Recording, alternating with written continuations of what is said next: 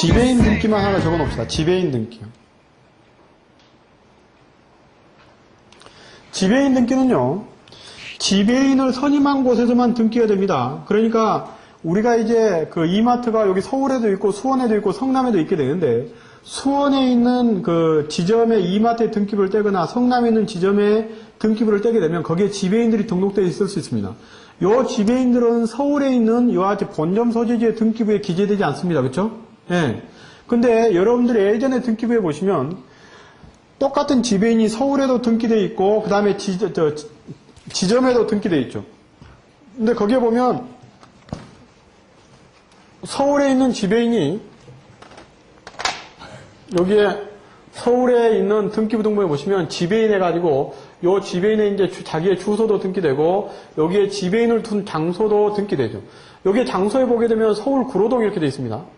구로동 이렇게 되어 있는데 여기에 그 성남 거 때 보게 되면 성남 거 때 여기에 서울 구로동이 아니라 성남 이렇게 되어 있죠. 성남. 그런데 성남에 있는 지점 등기부 등본을 떼게 되면 요 지배인 갑이 이렇게 지배인 갑이 등기되어 있는데 이 사람이 여기에 등기되어 있다는 거예요. 원래는 여기에 서울에요. 서울의 등기부 등본에는 기재되지 않는 것이죠. 왜냐하면 요 지배인은 성남에 두려고 선임된 사람이기 때문에 반드시 성남에서만 등기되는 것이죠. 근데 이게 본점에서도 등기부에 나타나게 된다. 근데 이것은 잘못된 등기죠. 이건 지워야 되는 거죠. 지배인은 자기가 선임된 곳에서만 등기되는 것이고 본점에 등기되었다가 나중에 지점에 등기되는 그러한 사항이 아닌 것이죠. 나머지 상호나 대표이사나 뭐 목적 이런 것들은 본점에서 먼저 등기되고 나중에 지점에서 등기되는 것이죠. 그렇죠? 그런데 지배인은 그렇지 않다는 겁니다. 반드시 지점 소재지에 등기된다. 그렇기 때문에 지배인 등기를 할 때는 우편에 의해서 보내는 게 아니고 어떻게 가는 겁니까? 반드시 이사의 의사록을 들고 직접 가야 됩니다. 직접 가야 되는 것이죠. 그렇죠? 이 지배인 선임은 이사의 결의에 의해서 하는 것이기 때문에 이사의 의사록을 들고 직접 가야 되는 거예요. 나머지 경우는 본점에서 등기해가지고 등기부 등본 첨부해서 그냥 보내면 되는 것인데 그렇지 않다는 것이죠. 아시겠죠? 자, 그 다음에 네 번째는 본점과 지점의 이전이요. 본점과 지점을 이전할 때 주의하셔야 될 건 두 가지입니다. 하나는 상호죠. 상호요. 그런 결국은 지점이 관할구역 다른 곳으로 이전하게 될 때는 그 관할구역에서 상호의 사용 여부를 반드시 확인하고 와야 되는데 가끔 이것을 무시하고 그냥 오는 경우가 있습니다. 그렇죠? 그래서 나중에 결국은 상호가 중복돼서 등기가 안 되는 경우들이 있죠. 그래서 일단 상호 여부를 체크를 한다. 그 다음에 동그라미 두 번째 중과 이렇게 돼 있죠. 그래서 이와 같이 중과지역이 아닌 곳에서 중과지역에 들어올 때는 단순히 이와 같이 5천만 원 곱하기 1000분의 12가 아니고 뭡니까? 자본금액 곱하기 1000분의 12가 되기 때문에 실제로 자본금액이 많은 회사들은 서울로 들어올 수가 없는 것이죠. 들어올 수가 없는 것이죠. 그렇죠? 그래서 이 중과 여부를 반드시 따져야 돼요. 자, 그런데 여기서 더 중요한 게 있습니다. 이런 것들은 이제 여러분들이 자주 아시는 내용들이니까. 자.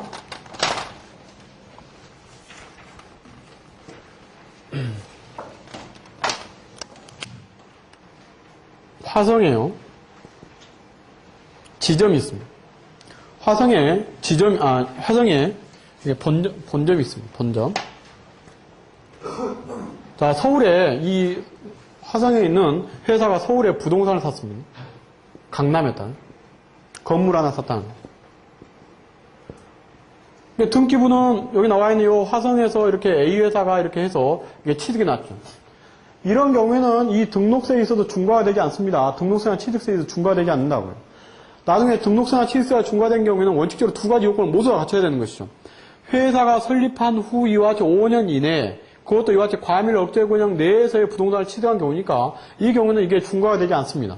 자, 중과가 되지 않으니까 뭐 100분의 2에 대한 이와 같이 세금만 일단 취득세 같은 걸 냈겠죠. 그런데 회사가 나중에 장사를 하다 보니까 여기에다 지점을 둬야 될 필요가 생겼습니다. 서울에다 지점을 둬야 될 필요가 생겼습니다. 그래가지고 자기가 산 건물에 이게 10층이나 되니까 한 층은 우리 지점으로 쓰자 해서 여기다 지점 설치 등기를 딱 했습니다.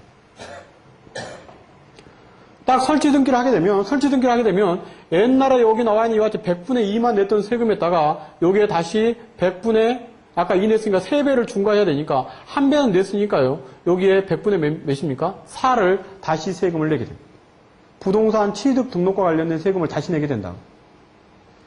지점이 와도 마찬가지라는 겁니다. 지점이 오면 그럴 거 아닙니까? 지점 설치 등기도 할 것이고, 거기다 지점 사업자 등록증도 낼 것이고, 지점에 또, 본사에 있었던 직원 몇 명이 와서 연락처로 쓸 것이고, 이러한, 여기에 등기도 되고, 사업자 등록도 설치되고, 사람들도 와서, 즉, 인적, 물적 설비가 여기에 딱 들어오게 되면, 예전에 중과되지 않았던 요 세금에요, 중과가 세금이 되게 되는, 부동산 취득과 관련된 세금에 중과가 되게 된다.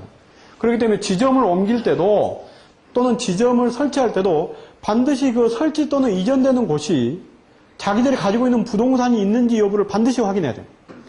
얼마 전에는요, 제가 했던 일 중에요, 강북에 있는 회사가 10년이 됐습니다. 강남에 있는 부동산을 취득했습니다. 그러면 취득과 관련해서 중과가 되지 않습니다. 취득록세가 중과되지 않는다고요. 그러니까 2만 냈겠죠. 100분의 2만 냈을 거다, 이러냐. 자, 그런데 거기에다 지점 설치 등기를 딱 했습니다. 강북에 있는 본점 있는 회사가 강남에 있는 자기 건물에다 지점 설치 등기를 했다는 거예요.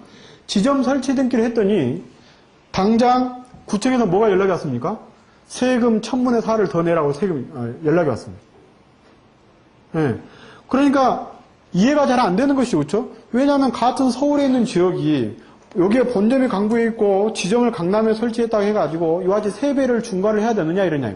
그런데도 불구하고 중과를 시킨다는 겁니다. 그런데 아까 말씀드린 것처럼 중과의 요건은 뭐가 있다는 겁니까? 인적, 물적 설비가 모두 다 있어야 된다는 겁니다. 그러니까 단순히 등기부만 돼 있다 해가지고 원래 중과는 되지 않지만 구청에서 무조건 부과하려고 할 거 아닙니까? 그렇죠? 그러면 결국에는 내가 그게 인적, 물적 설비가 가지 않는, 즉 지점의 실체가 아니다라고 하는 것은 내가 입증을 해야 되는 것이니까 내가 불리해지게 되는 것이죠. 그러니까 본점이나 지점을 이전할 때는 반드시 그곳에 부동산이 있는가 여부를 반드시 확인해야 됩니다. 자, 그 다음에 이게 13페이지에 대한 내용이고요. 14페이지. 주식회사의 설립 절차와 하자 이렇게 되어 있고요. 이거 뭐 특별한 게 없으니까 놔두겠습니다. 그 다음에 두 번째 설립 절차의 하자에 관한 것도 놔두겠습니다. 뭐 회사에 설립해가지고 여러분들 회사 설립한 이후에 설립 무효소라는 것은 별로 보신 적이 없을 겁니다. 놔둬버립시다. 자, 7번에 나와 있는 개인 기업을 법인으로 전환한 경우입니다. 그러면 결국은 개인 사업자를 법인으로 전환한 경우에 어떠한 유형이 있고 어떻게 해야만이 결국에는 세감면 혜택이 있느냐 이러냐. 여기에 보시면 그 조세특례제한법에 이러한 조문들이 있고요. 여기에 4가지 유형이 있습니다. 개인 사업자가 사업을 했던 그러한 부동산들을 전부 다 출자해서 회사를 설립한 경우, 또 자기가 가지고 있었던 모든 재산을 회사를 설립한 이후에 설립된 회사가 전부 다 포괄적으로 양수받는 경우입니다. 그래서 개인 사업자가 회사를 설립한 경우는 대부분 이 두 번째 방식에 의해서, 즉 포괄적인 사업 양수도 방식에 의해서 회사를 설립하는 것이 일반적입니다. 뭐 세 번째 중소기업 간의 뭐 통합에 의해서 하는 경우, 네 번째는 일반 사업 양수도. 이 네 번째 일반 사업 양수도는 세감면 혜택은 없는 것이고요. 자, 그러니까 나눠보면 이런 것도 여러분들이 질문을 자주 받으실 거 아닙니까? 그렇죠? 네, 자주 받으실 건데, 이제 현물 출자에 의해서, 그래 개인 사업자가 가지고 있었던 이 재산을 전부 다 출자를 해서 회사를 설립한 경우도 있고요. 그 다음에 두 번째는 자기가 가지고 있었던 재산이 있죠? 이 재산이 있는데, 회사를 설립한 후에 이 설립한 회사가 여기에 모든 것을 포괄적으로 양수를 받는 겁니다. 양수도 보통 양수도 계약 이렇게 보통 하죠. 이건 개인사업자 갑이죠. 이건 개인사업자 갑이고 회사를 설립합니다. 이것은 회사가 설립한 이후에 이와 같이 포괄적인 양수도 계약을 받는 것이고, 이것은 회사가 설립하면서 이와 같이 바로 출자를 바로 받는 것이죠. 그렇죠? 아까 나머지 경우는 놔두고요. 제일 마지막 경우는 회사가 설립한 이후에 돈을 주고 그냥 사는 겁니다. 돈을 줘서 사는 것이죠. 이것은 특별한 게 아니죠. 이것은 우리가 말하는 그러한 것은 아니죠. 이 두 가지가 결국은 개인 사업자들이 법인으로 전환할 때 관심을 갖는 분야입니다. 그러니까 아까 이 현물 출자형 회사 설립은 아까 우리가 봤으니까 놔두고요. 두 번째 나와 있는 이 포괄 양수, 이것은 세무사들이 일반적으로 하는 이와 같이 법인 전환의 방식이기 때문에 이것도 여러분들이 특별히 문제될 건 없을 겁니다. 이 위의 것은 설립의 절차 중에 현물 출자를 해야 된다는 것하고, 이것은 설립 후에 포괄 양수도 계약을 체결해서 가져온다는 것이죠. 그런데 모든 것이 전부 다 세감면 혜택을 받는 게 아닙니다. 모든 게 세감면 혜택을 받는 게 아니고요. 기존에 그 뒤에 페이지 한번 볼까요? 기존에 사업을 하고 있었던 재산이어야 됩니다. 그 뒤에 15페이지 보시면 그 박스에 현물 출자하고 세간면 사업 양수 이렇게 돼 있죠. 그 업종 보시면 제조업이나 광업이나 건설업 등에 사용했던 물건을 이르냐. 그렇죠? 이런 것들을 재산을 현물 출자하거나 사업 양수도 하는 경우에 세금을 깎아주겠다 이런. 또 이런 것들은 최소한 1년 이상 사용했던 그러한 사업과 관련된 재산을 말하는 것이다. 그 다음에 그 밑에 뭐 세 번째, 네 번째 이런 게 나와 있죠. 뭐 세 번째 나와 있는 것은 세무사들과 알아서 하시고요. 네 번째, 현물 출자는 법인 설립하면서 넘기는 것이고, 그 다음에 사업 양수도는 설립 후에 3개월 이내에 포괄 양수도 계약을 받는 것이죠. 그 다음에 세 감면 신청을 해야 된다. 이런 건 전부 다 알아서 하겠죠. 뭐 양도 소득세, 그 다음에 등록세나 취득세 면제된다. 뭐 채권에 뭐 이런 것들이 있죠. 그래서 그 밑에 이렇게 한번 보시면, 그 밑에 15페이지 그 밑에 보시면, 법인이 현물 출자를 해서 B법인을 설립했었을 때 감면 혜택을 받으려면 못해도 5년 이상 된 내국 법인이 출자를 한 경우에만 이렇게 받아주겠다. 이게 조세특례제한법에 38조 있으니까 보시고요.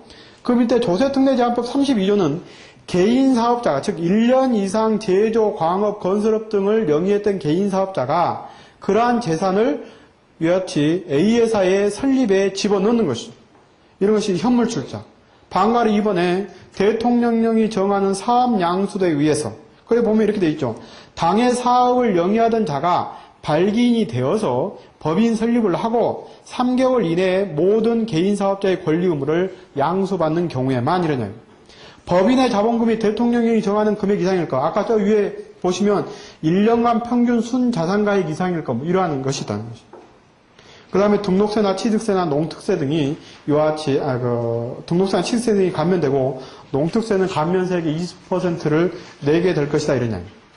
그래서 이러한 것들도 가끔 질문을 받는 내용 아닙니까? 그렇죠? 그래서 이러한 두 가지 형태가 있는데, 어떤 형태에 의해서 할 것입니까? 이렇게 물어보게 되면, 여러분들이 거래하시는 세무사님들의 99% 전부 다 두 번째 나와 있는 세감면 사업 양수도 방식입니다.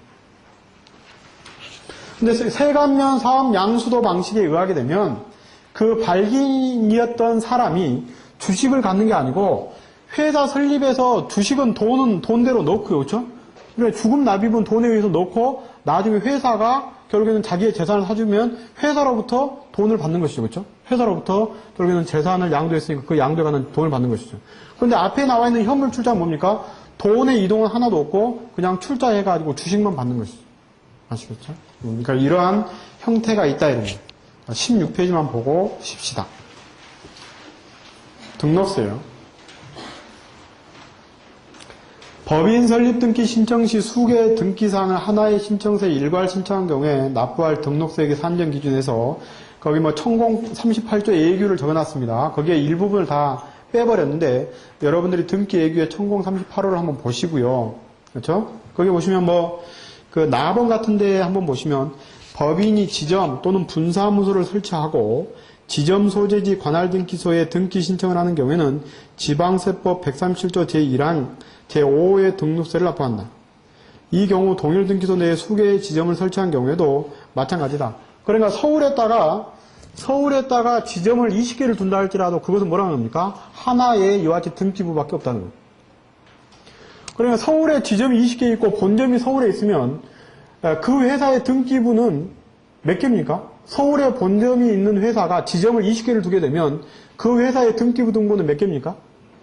한 개입니다. 한 개라고. 그렇죠? 네. 왜냐하면 서울에는 등기소가 하나밖에 없기 때문에 등기부는 하나밖에 나타나지 않는 것이죠. 그렇기 때문에 결국은 등록세는 하나만 내게 된다 이런 거예요.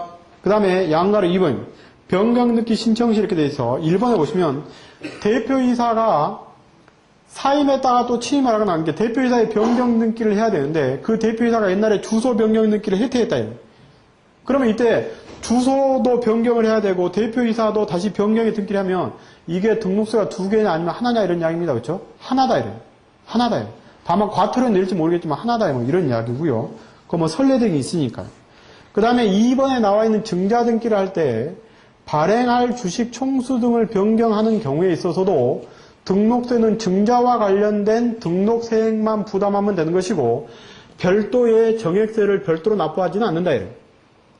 그렇죠? 네, 그래서 보시면 발행할 주식 총수를 변경해서 증자를 하는 경우에도 증자와 관련된 등록세액만 납부하게 되고 별도의 세금을 납부하지 않는다. 그런데요, 여기 보시면 주식의 종류가 여러 가지 경우가 있습니다. 지금 우린 주식의 종류를 하지 않았지만 보통주와 우선주를 발행하게 되는데 이번에 증자를 할 때 보통주만 발행한 경우에 있어서는 그리고 발행 주식 총수를 변경한 경우에는 보통주 증자되는 금액 곱하기 1000분의 4 또는 1000분의 12에 해가지고 등록세를 내면 될 겁니다. 그렇죠? 발행 주식 총수가 변경됐다 할지라도.